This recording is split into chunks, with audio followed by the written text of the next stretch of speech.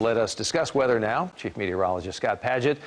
Interesting, a few storms out there tonight. Had some pretty serious wind in some spots. That's right. We did see the tropical moisture and that lift happening. And looking at the radar right now, we are remaining nice and quiet. But backing up the radar by about 3 to 4 hours, we saw these storms work their way out of Oklahoma, make their way down to the south and east. And as they moved through parts of Denton County and Tarrant County, some of them did reach severe limits. In Parker County, we had an outflow boundary that worked through. And because of that, winds were gusting up to 50 miles per hour at some points. And we did have several homes with minor roof damage, multiple trees down near Prop Wash Airport. That happened right around 5:21 when we got that report from the thunderstorms and the outflow boundary.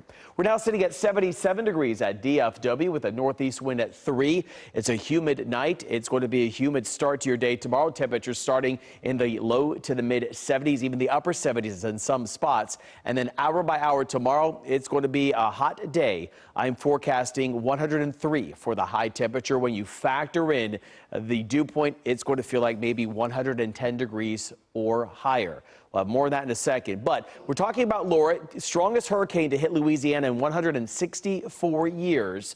And interesting stats, too. Strongest hurricane to hit this area where it made landfall. And that's the records have been going on since 1851. And this is the first major storm of this Atlantic season.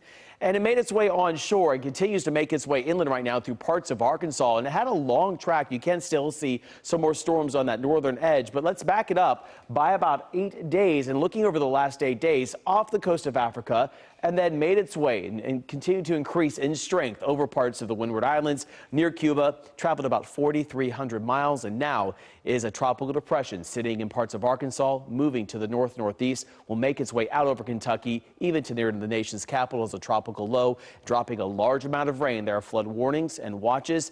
That bright red color, possibly 5 to 6 inches of rain in some localized spots, even higher. We're not going to see a lot of rain. We're going to see the heat. Heat advisory goes into effect tomorrow at 1, remains in effect till 7 on Saturday because of that. It feels like temperature near 110. We're in the triple digits through Monday before a front arrives and cools us back down.